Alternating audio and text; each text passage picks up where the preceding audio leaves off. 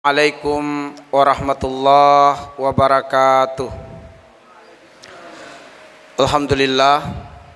Alhamdulillahirabbil alamin. Wassalatu wassalamu ala asyrafil anbiya'i wal mursalin wa ala alihi wa sahabatihi ajma'in, amma ba'du. Allahumma anfa'na bima 'allamtana wa 'allimna ma yanfa'una wa zidna ilman.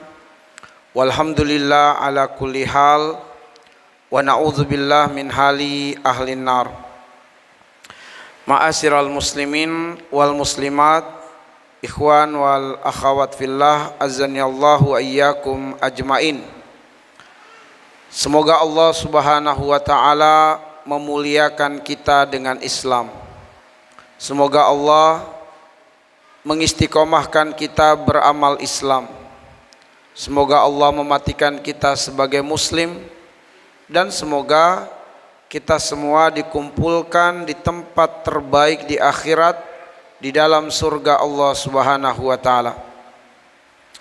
Pada kesempatan yang sangat berbahagia ini, izinkan pada kajian ini kami menyajikan satu materi yang berjudul Ujian Kehidupan, Tadabbur dari Kisah Nabawi.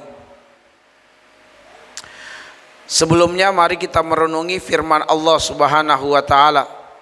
Firman Allah yang terdapat di dalam surat Al-Kahfi.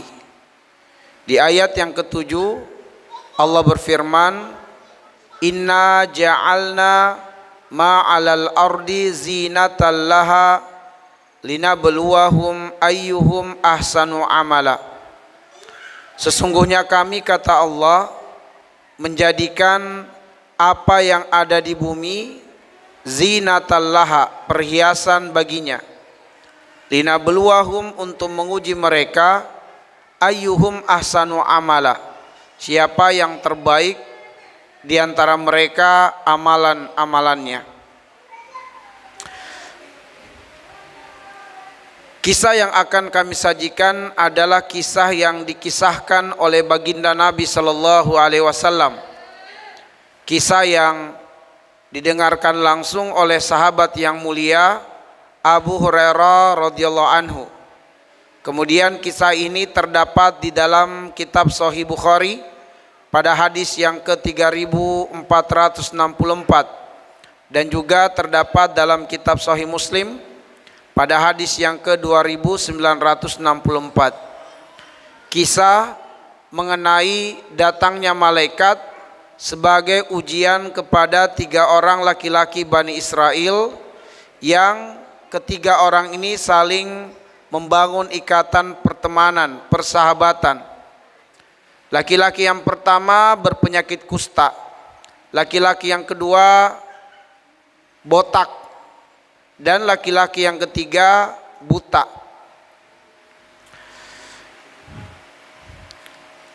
Nabi sallallahu alaihi wasallam menyabdakan, "Inna salasatan fi Bani Israel, abrasa wa aqra'a wa a'ma." Ada tiga orang laki-laki dari kalangan Bani Israel. Ketiga orang ini berteman, dan 3 orang itu, pertama abros, yaitu seseorang yang berpenyakit lepra atau kusta. Yang kedua akro'a, yaitu seseorang yang terkena penyakit kebotakan, yaitu kepalanya tidak ditumbuhi dengan rambut. Dan kemudian laki-laki ketiga adalah a'ma, buta. Fa'aradallahu ayyabtaliyahum, Allah bermaksud untuk menguji mereka. Faba'asa ilaihim malakan, kemudian Allah mengutus malaikat, dan malaikat datang dalam wujud manusia, menjumpai satu persatu dari 3 orang tersebut. Fa'atal abrasa, lalu kemudian malaikat mendatangi laki-laki yang pertama, yaitu laki-laki yang berpenyakit kusta. Faqal, berkatalah malaikat kepada laki-laki tersebut, ayu syai'in ahabbu ilaik, apa yang paling kamu inginkan di dunia ini? Apa yang paling kamu dambakan untuk diberikan di dunia ini? Orang tersebut tanpa ragu mengatakan, launun hasanun, wajildun hasanun, wa yazhabu anni alladhi qad kathirani annas. Dia mengatakan, yang aku inginkan adalah kulit yang bersih, kulit yang cerah. Yang aku inginkan adalah kulit yang terbebas dari penyakit yang menjijikkan ini. Qad kathiranin nas, sungguh manusia telah merendahkan aku. Sungguh manusia menjauhiku karena menganggap aku jijik, menganggap aku hina. Famasahahu fadhahaba anhu.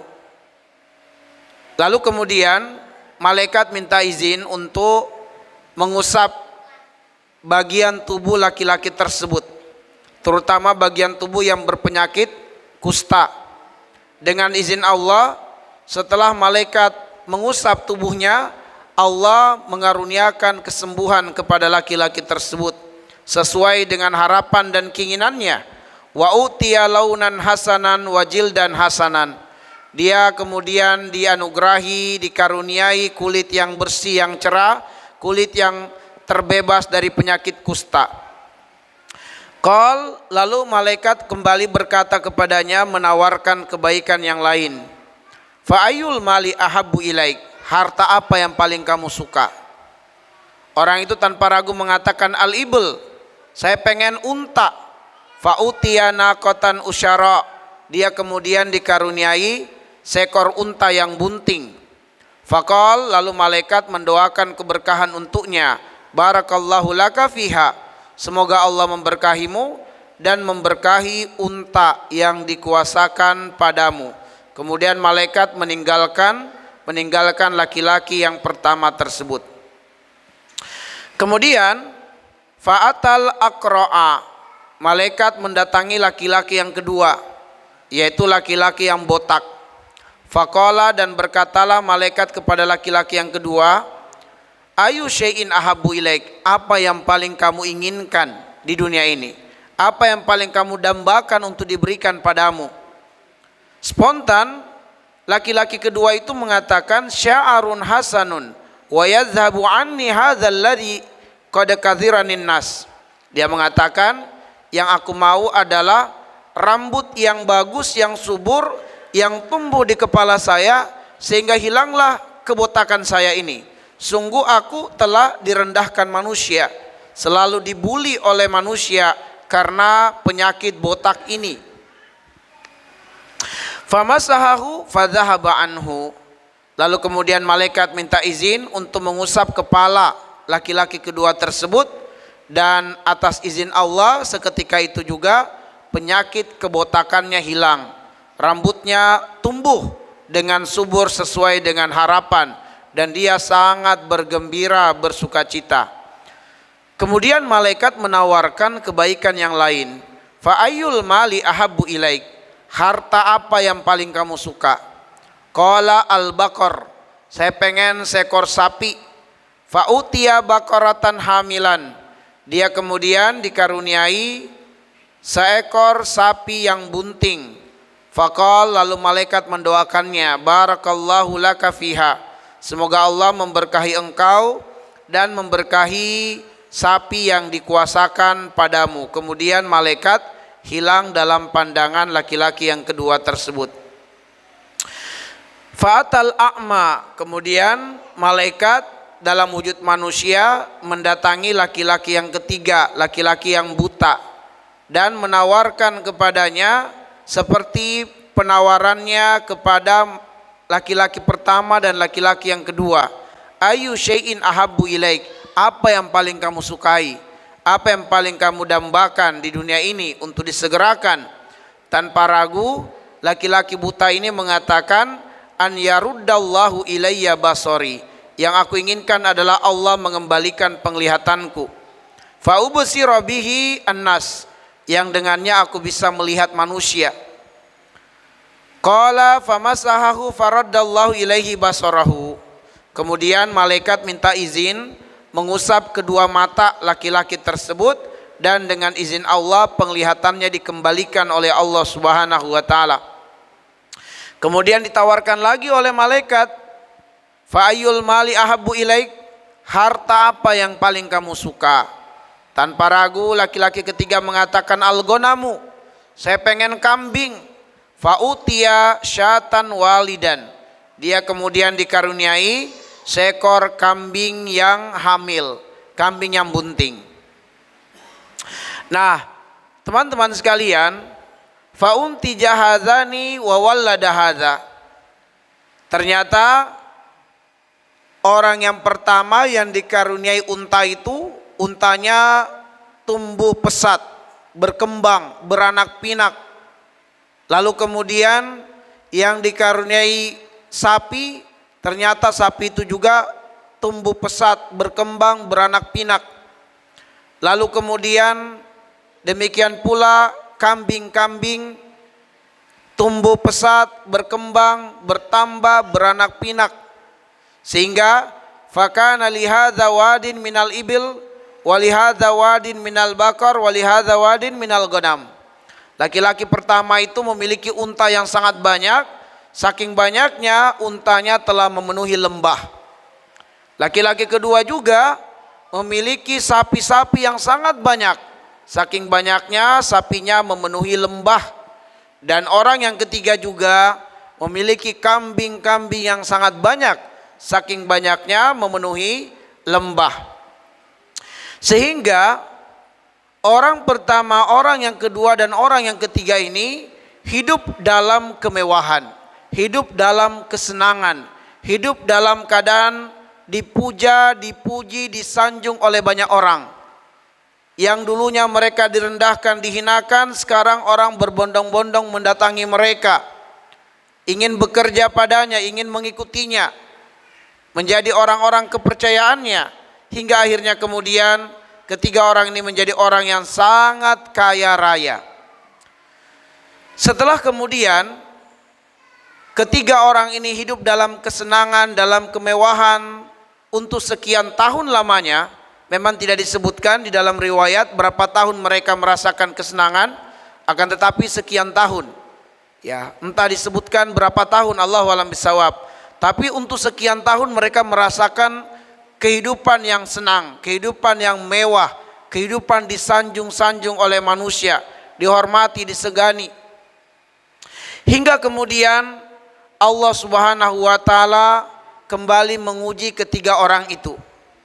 Allah mengutus malaikat untuk menjumpai satu persatu dari ketiga orang itu. Dan malaikat datang dalam wujud manusia yang berpenyakit seperti mereka dahulu, sebelum dikayakan oleh Allah, sebelum disembuhkan oleh Allah. Tsumma innahu atal abrasa fi suratihi wa hayatihi. Malaikat itu kemudian mendatangi laki-laki yang pertama, laki-laki yang dulunya adalah berpenyakit kusta. Malaikat datang dalam wujud seperti itu. Datang dalam keadaan laki-laki yang berpenyakit kusta, datang dalam keadaan laki-laki yang miskin. Faqala, berkatalah malaikat. Jadi ini adalah malaikat nih. Dia datang kepada laki-laki yang sekarang sudah tampan, gagah, kulitnya bersih, tapi dulunya sebenarnya dia juga berpenyakit kusta. Maka malaikat berkata kepada laki-laki tersebut, rajulun miskinun, saya adalah laki-laki miskin, saya butuh dibelas kasih. Qadin qata'at biyal hibalu fi safari, sungguh telah habis perbekalan saya dalam perjalanan, sementara saya sedang menempuh perjalanan yang sangat jauh. Fala balagha liyal yauma illa billahi summa bika. Aku yakin aku tidak bisa melanjutkan perjalananku hari ini kecuali Allah menolongku, kemudian engkau berkenan membantuku. As'aluka billadzi a'taka al-launal hasan wal jildal hasan wal mala ba'iran ataballagu alaihi fi safari.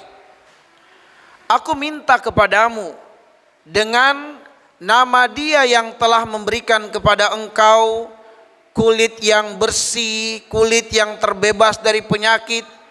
Aku minta kepada engkau dengan nama Dia yang telah memberikan engkau harta yang banyak. Ba'iran, berikanlah aku seekor unta saja. Ataballagu alaihi fi safari, yang dengan seekor unta itu aku bisa melanjutkan perjalananku yang masih sangat jauh ini. Faqala, tetapi kemudian laki-laki yang pertama ini ternyata sombong, angkuh, takabur, congkak. Dia bukan hanya menolak untuk membantu laki-laki yang datang kepadanya itu, melainkan dia juga merendahkannya. Dia mengatakan, al-hukuku kasirah, wahai laki-laki miskin, aku ini punya banyak urusan, aku punya banyak tanggungan, aku tidak ingin menyusahkan diriku dan membebani diriku dengan terlibat dalam urusanmu ini. Pergilah dariku dan menjauhlah dariku, sebab aku tidak akan membantumu walau sedikit. Jangan engkau tularkan kemiskinanmu padaku, dan jangan engkau tularkan penyakitmu padaku. Lalu kemudian malaikat berkata kepadanya, ka'anni a'rifuka alam takun abrasa yakzarukan nas fakiran fa'atakallah. Kata malaikat kepada laki-laki itu, sepertinya aku mengenalmu. Bukankah dahulunya engkau juga berpenyakit kusta seperti saya saat ini? Direndahkan oleh manusia, dijauhi oleh manusia. Dan bukankah engkau dulunya adalah fakir, miskin, fa'atakallah, kemudian Allah mengayakan kamu. Ternyata si laki-laki yang pertama ini, dia mengingkari apa yang dikatakan oleh malaikat itu. Dia tidak membenarkan apa yang dikatakan oleh malaikat. Dia mengatakan, inna mawaristu hadzal mal kabiran an kabirin. Kamu salah, kata laki-laki ini. Saya ini kaya raya karena bapak saya kaya, kakek saya kaya. Saya berasal dari keluarga kaya raya dan saya mewarisi kekayaan keluarga saya. Sedangkan engkau laki-laki miskin pemalas, menjauhlah dariku. Jadi laki-laki pertama ini mengingkari bahwa kekayaan yang didapatkannya itu dari Allah. Dia ingkari itu. Tapi dia mengatakan kekayaan ini aku dapatkan dari bapak saya yang kaya, kakek saya yang kaya, dan saya mewarisi kekayaan mereka. Faqala, berkatalah kemudian malaikat kepada laki-laki pertama itu, in kunta kadziban fasayyarakallahu ila ma kunta. Kalau kamu berdusta dengan perkataanmu, semoga Allah mengembalikan engkau pada keadaanmu yang sebelumnya. Dan karena orang ini telah berdusta, maka Allah mengabulkan doa malaikat, sehingga tatkala malaikat telah hilang dalam pandangan laki-laki yang pertama itu, laki-laki yang pertama itu tiba-tiba kembali berpenyakit kusta. Dan kemudian para pelayannya berlari mendekatinya dengan panik mengabarkan, Tuan, sungguh unta-unta telah mati secara tiba-tiba. Unta-untanya semuanya mati. Dan kembalilah laki-laki pertama ini menjadi miskin, direndahkan dan dijauhi oleh manusia. Meskipun kemudian laki-laki pertama ini bertobat, memohon ampun kepada Allah, tapi Allah tidak lagi mengembalikan keadaannya menjadi kaya atau sembuh dari penyakit kustanya.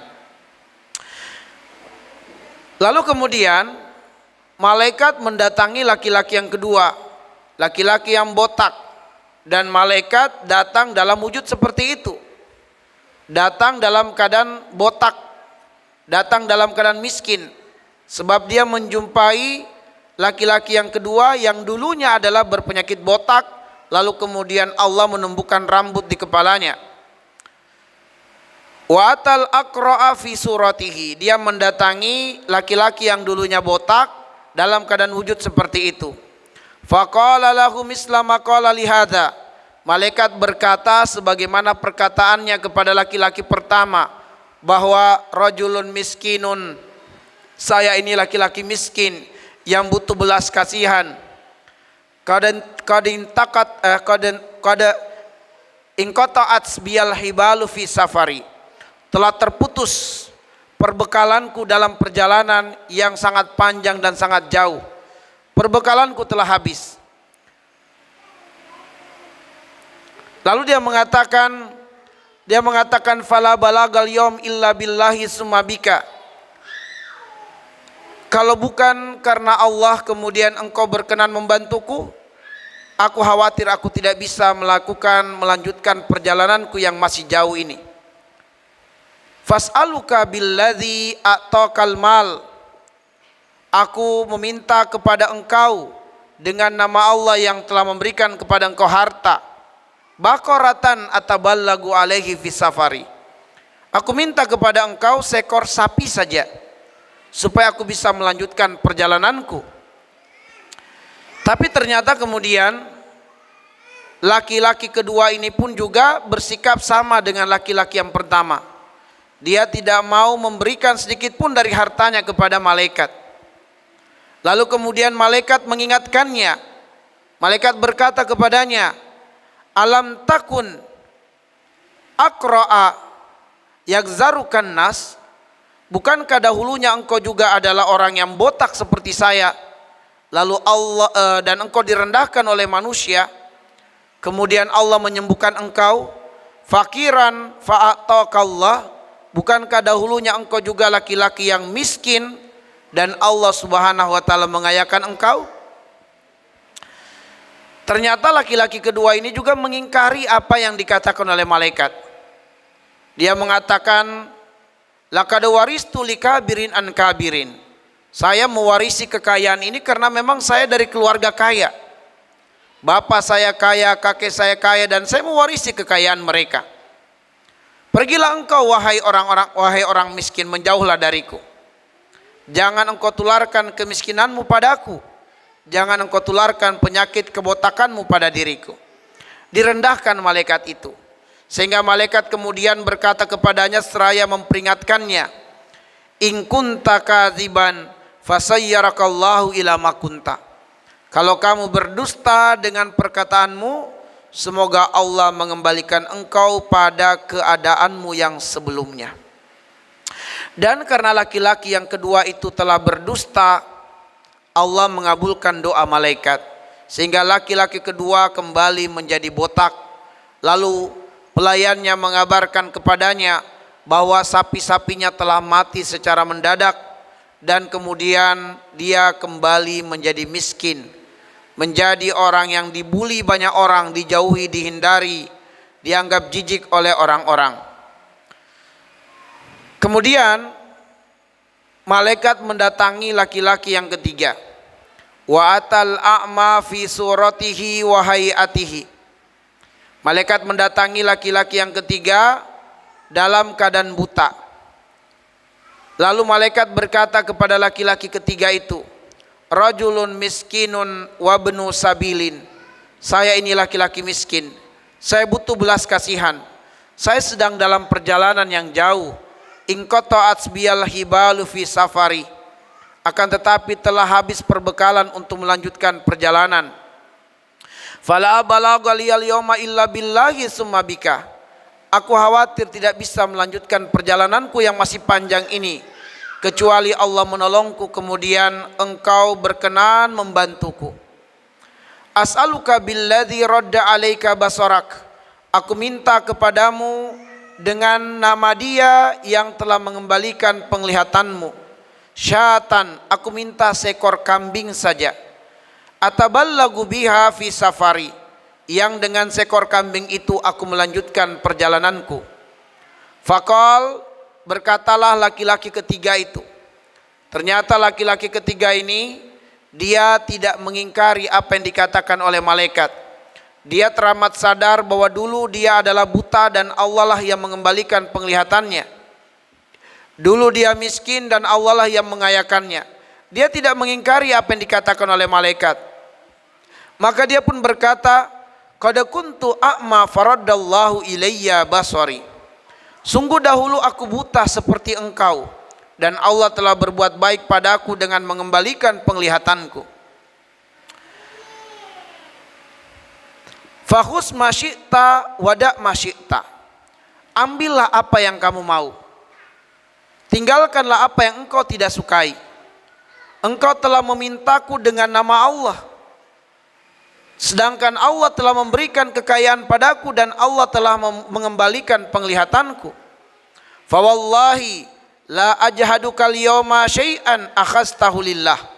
Maka pada hari ini demi Allah, aku tidak akan menahanmu dari mengambil sesuatu apapun dengan nama Allah Subhanahu wa taala. Faqala, berkatalah malaikat, amsik malak, aku tidak butuh hartamu, jagalah hartamu. Fa inna mabtulitum, sungguh kalian hanyalah sedang diuji oleh Allah. Faqad rudiya angka wa sukhita ala sahibaik, sungguh engkau telah diridhoi dan telah dimurkai dua sahabatmu. Nah, ikhwatal iman ahibazani Allah wa iyyakum. Demikianlah kisah yang panjang tadi yang dikisahkan oleh baginda Nabi sallallahu alaihi wasallam. Selanjutnya adalah bagaimana kita mengambil ibrah, bagaimana kita mengambil pelajaran dari kisah tersebut. Pada kesempatan ini kami akan menyampaikan 5 pelajaran penting. Walaupun sebenarnya pelajaran darinya sangat banyak sekali. Sangat banyak pelajaran-pelajaran yang dapat digali dari kisah tadi. Namun sekali lagi pada kesempatan ini kami hanya akan menyampaikan 5 pelajaran penting. Pelajaran yang pertama, jadilah hamba yang bersabar dan bersyukur.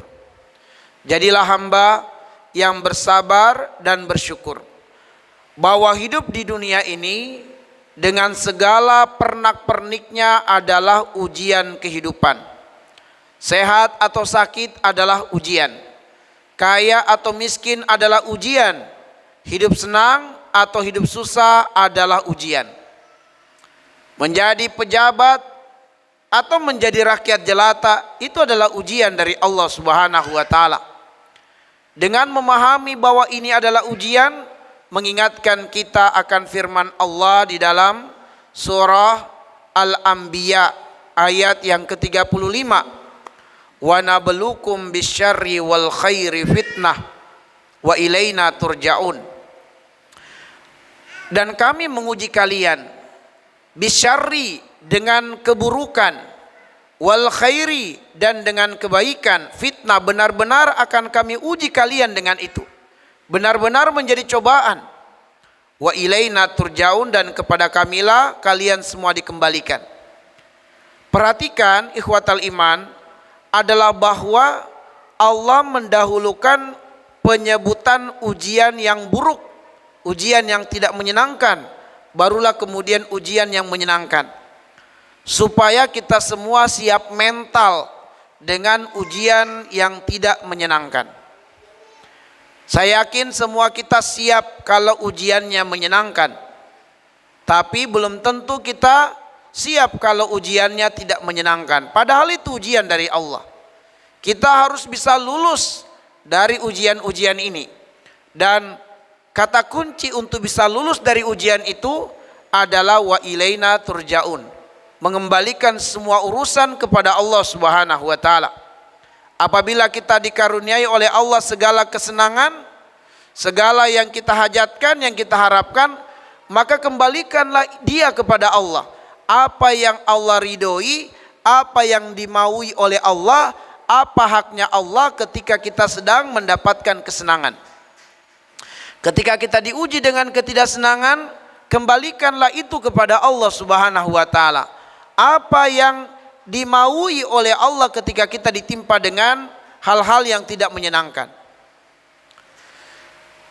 Maka Allah Subhanahu wa taala berfirman, "Inna hadainahu sabila imma syakiran wa imma kafura." Bahwa kisah di atas memberikan kepada kita suatu pelajaran, suatu petunjuk bahwa dalam kehidupan ini kita harus berani mengambil pilihan hidup. Sudah ada contoh-contoh baik dalam Al-Quran ataupun dalam hadis, contoh orang-orang yang bersyukur dan contoh orang-orang yang kufur. Selanjutnya kita bebas mengambil pilihan. Apakah kita akan meniti jalannya orang-orang yang bersyukur, ataukah kita akan mengikuti jalannya orang-orang yang kufur. Akan tetapi meskipun kita bebas memilih pilihan jalan tersebut, namun kita tidak bebas untuk menolak konsekuensi dari pilihan tersebut. Siapa yang bersyukur akan mendapatkan kebaikan dari Allah, dan siapa yang kufur akan mendapatkan murka dari Allah Subhanahu wa taala. Maka ihwatal iman ahibazani Allah wa yakum, jadilah hamba yang bersabar dan bersyukur. Bersabarlah kalau diuji dengan hal yang tidak menyenangkan, dan bersyukurlah kalau diuji dengan hal-hal yang menyenangkan. Kemudian pelajaran yang kedua, iman dan takwa adalah ukuran kemuliaan seorang hamba. Iman dan takwa adalah ukuran kemuliaan seorang hamba. Hidup sehat secara fisik, secara finansial, disanjung manusia, dan tercapainya segala keinginan di dunia bukanlah ukuran kemuliaan seorang hamba di dunia. Hidup cacat secara fisik, berkekurangan secara finansial, direndahkan dan dijauhkan banyak orang, itu tidak menjadi ukuran kebencian Allah terhadap seorang hamba.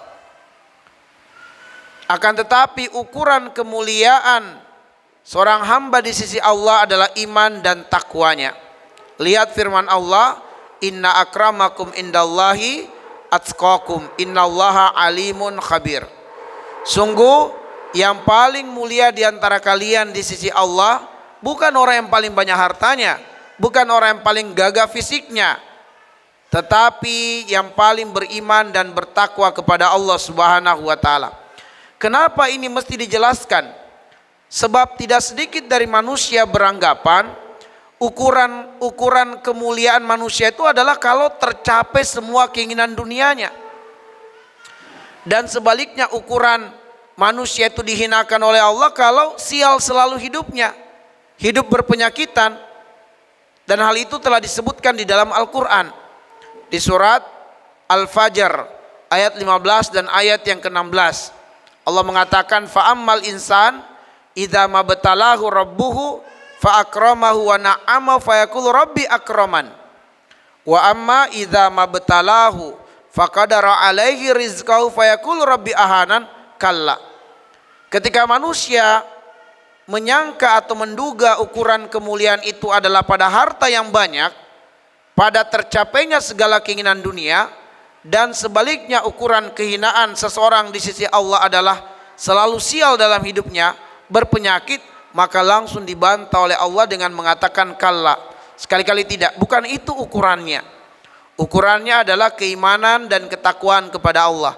Dan inilah keadilannya Allah, bahwa Allah meletakkan ukuran kemuliaan manusia pada iman dan takwa, dan itu bisa diraih oleh siapapun. Orang kaya bisa menjadi hamba yang mulia di sisi Allah. Orang miskin juga bisa menjadi hamba yang mulia di sisi Allah. Pejabat bisa mendapatkan kedudukan yang mulia di sisi Allah. Tapi rakyat jelata juga bisa mendapatkan kedudukan yang mulia di sisi Allah. Orang yang sehat bisa meraih derajat kemuliaan di sisi Allah. Orang yang sakit juga bisa. Kenapa? Karena Allah meletakkan ukuran kemuliaan manusia pada iman, pada takwa, bukan pada harta, bukan pada fisik, bukan pada jabatan. Rasulullah bersabda dalam riwayat Imam Muslim, innallaha la yanzur ila suwarikum wala ila amwalikum walakin yanzur ila qulubikum. Allah tidak melihat aksesoris dunia kita. Allah tidak melihat bentuk fisik kita, tapi yang Allah lihat adalah hati. Adakah iman di dalam hati kita? Baik, pelajaran yang ketiga teman-teman sekalian adalah bahwa dosa dan maksiat penyebab tercabutnya keberkahan dan menjadi sebab datangnya murka Allah. Saya ulang sekali lagi, dosa dan maksiat penyebab utama tercabutnya kebaikan-kebaikan di dunia. Penyebab utama terhalangnya rezeki dan penyebab utama tercabutnya rezeki. Dosa dan maksiat. Saya ulang sekali lagi, dosa dan maksiat bisa menghalangi rezeki dan bisa mencabut nikmat rezeki. Dan teman-teman sekalian, pada kisah yang telah kita bacakan tadi, maksiat atau dosa yang kita dapatkan dari karakter laki-laki pertama dan laki-laki kedua ada 4. Ada 4 karakter dosa yang mengundang murka Allah, di mana 4 karakter dosa ini dilakoni oleh laki-laki pertama dan laki-laki kedua. Yang pertama adalah kufur nikmat, yang kedua adalah dusta, yang ketiga adalah sombong, dan yang keempat adalah bakhil. 4 karakter ini, 4 sifat ini adalah dosa, maksiat, dan mengundang murka Allah, dan bisa menjadi sebab tercabutnya nikmat-nikmat dunia. Kalau seorang pejabat itu kufur nikmat, dia berdusta, dia sombong dan bakhil, Allah akan hinakan dia. Apapun profesi kita teman-teman sekalian, kalau kita kufur nikmat, kita pendusta, kita sombong, kita bakhil, siap-siap saja untuk mendapatkan kehinaan di dunia sebelum mati.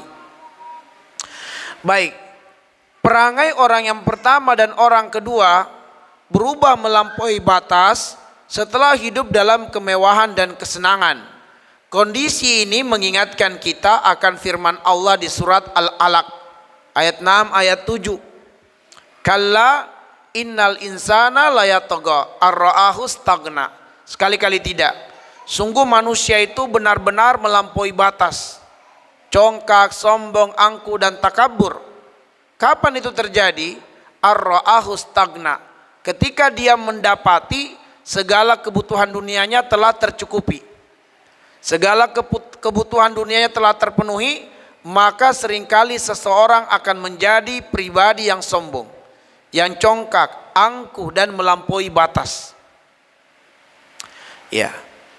Nah, sehingga teman-teman sekalian, kalau kita melihat pada laki-laki pertama dan laki-laki yang kedua, kenapa mereka menjadi sombong, menjadi congkak, menjadi angkuh, menjadi bakhil?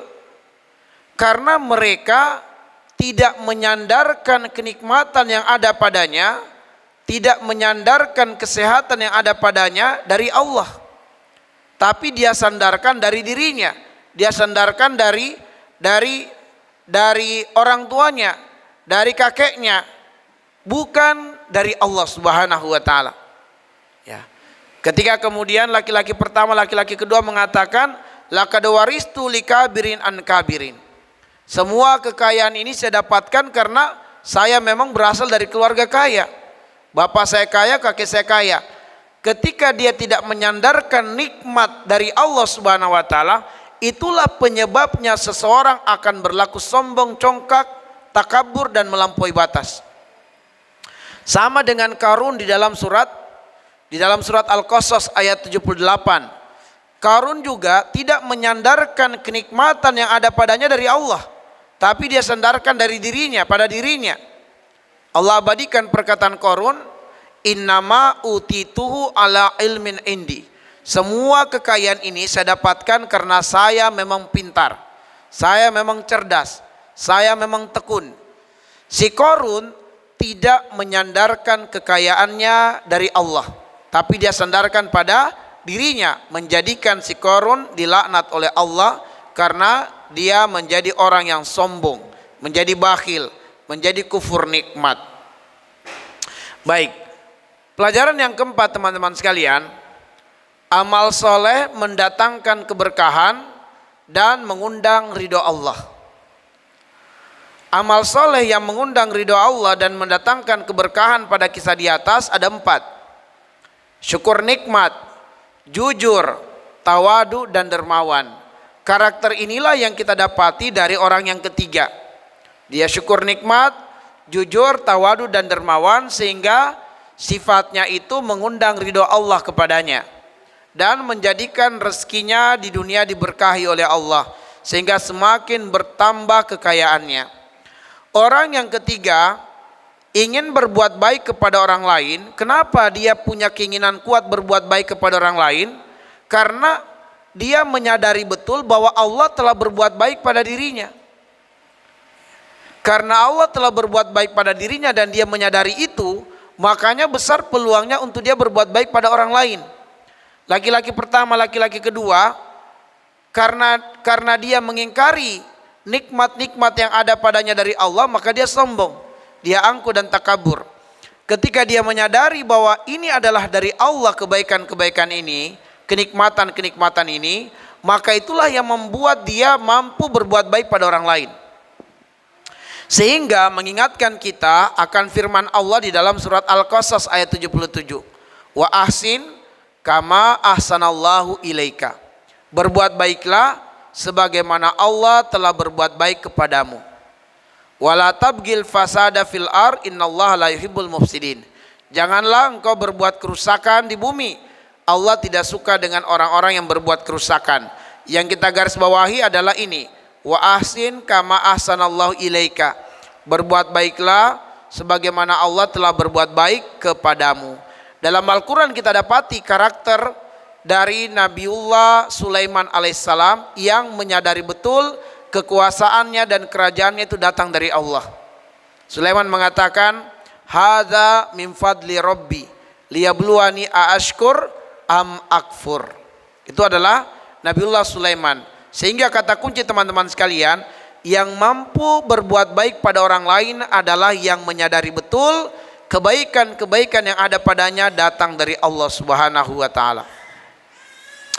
Baik, yang terakhir atau pelajaran terakhir adalah bolehnya doa keburukan untuk orang yang zalim. Ya, bolehnya doa keburukan untuk orang yang zalim. Pada kisah di atas, malaikat mendoakan keburukan kepada orang yang pertama dan orang yang kedua karena kekufuran, kesombongan dan kezoliman yang diperbuatnya. Nah, dasar kebolehannya adalah firman Allah surat An-Nisa ayat 148.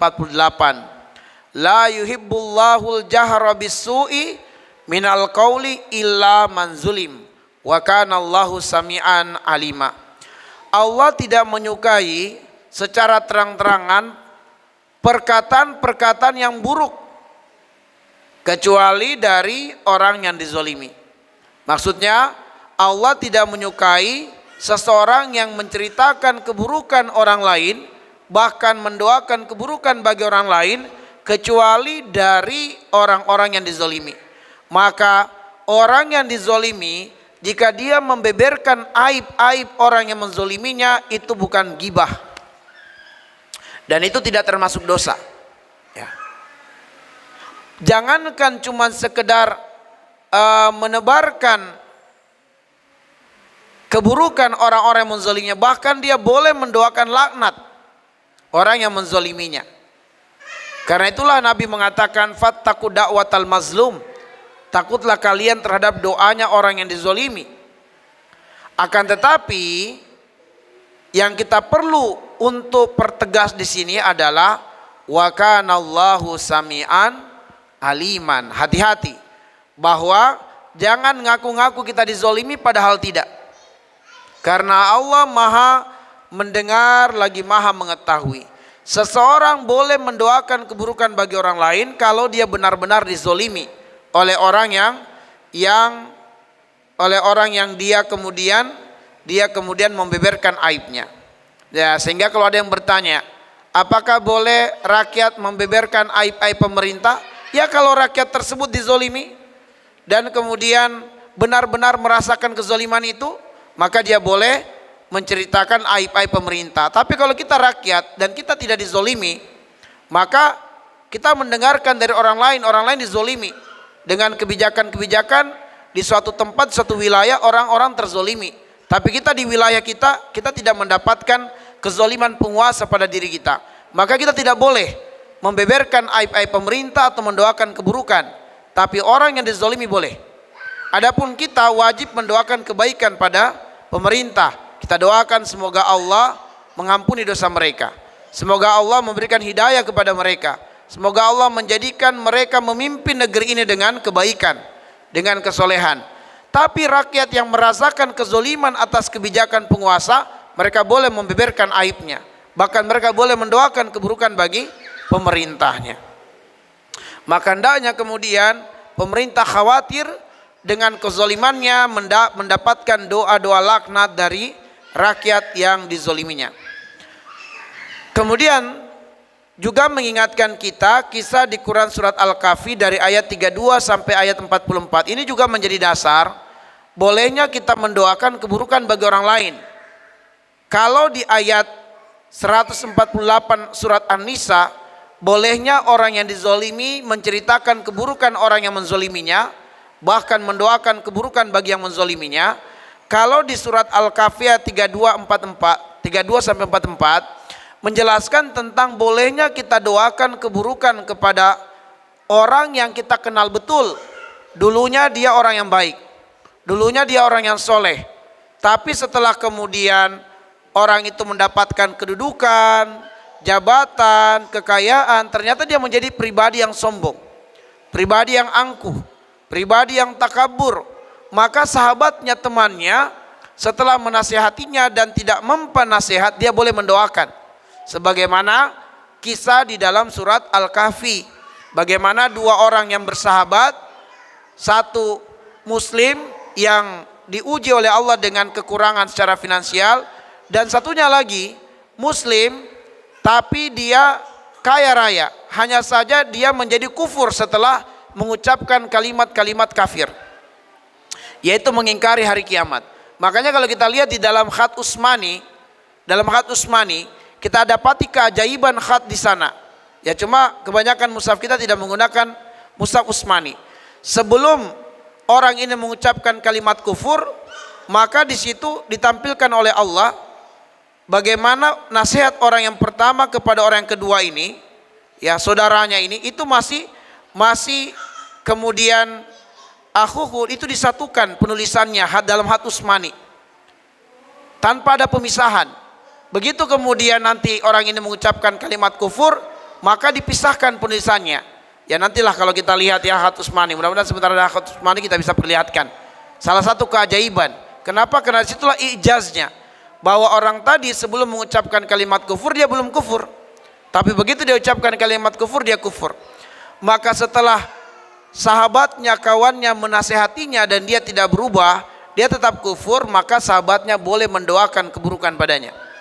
Yang dimaksudkan doa keburukan adalah dia berdoa, ya Allah cabutlah kekayaan orang tersebut, cabutlah jabatan orang tersebut, kembalikan dia pada keadaan yang sebelumnya, yaitu keadaannya yang soleh, keadaannya yang beriman kepada Engkau. Maka sebenarnya dengan kita memohon supaya Allah kembalikan keadaannya, itu sebenarnya kita sedang mendoakan supaya Allah memberikan sesuatu yang lebih baik kepadanya daripada harta, daripada jabatan, daripada kedudukan. Dan yang lebih baik daripada itu adalah iman. Sebagaimana firman Allah di dalam surat Yunus ayat 58, Qul bifadlillahi wa birahmatihi fabidzalika falyafrahu huwa khairum mimma yajma'un. Katakanlah dengan karunia Allah dan rahmat Allah hendaklah mereka bergembira, huwa khairum mimma yajma'un. Bahwa nikmat iman, nikmat Islam itu lebih bernilai dari semua kekayaan dunia yang dapat dikumpulkan oleh manusia. Baik ikhwatal iman ahibazani Allah wa iyyakum, demikianlah yang bisa kami sampaikan pada kesempatan yang sangat berbahagia ini. Lebih dan kurangnya mohon dimaafkan. Nakhtafi bihadzal qadar. Nas'alullah ayyaj'alana minal ladzina yastami'unal qaula wa yattabi'una ahsana. Subhanakallahumma bihamdik asyhadu an la ilaha illa anta astaghfiruka wa atubu ilaik. Assalamualaikum warahmatullahi wabarakatuh.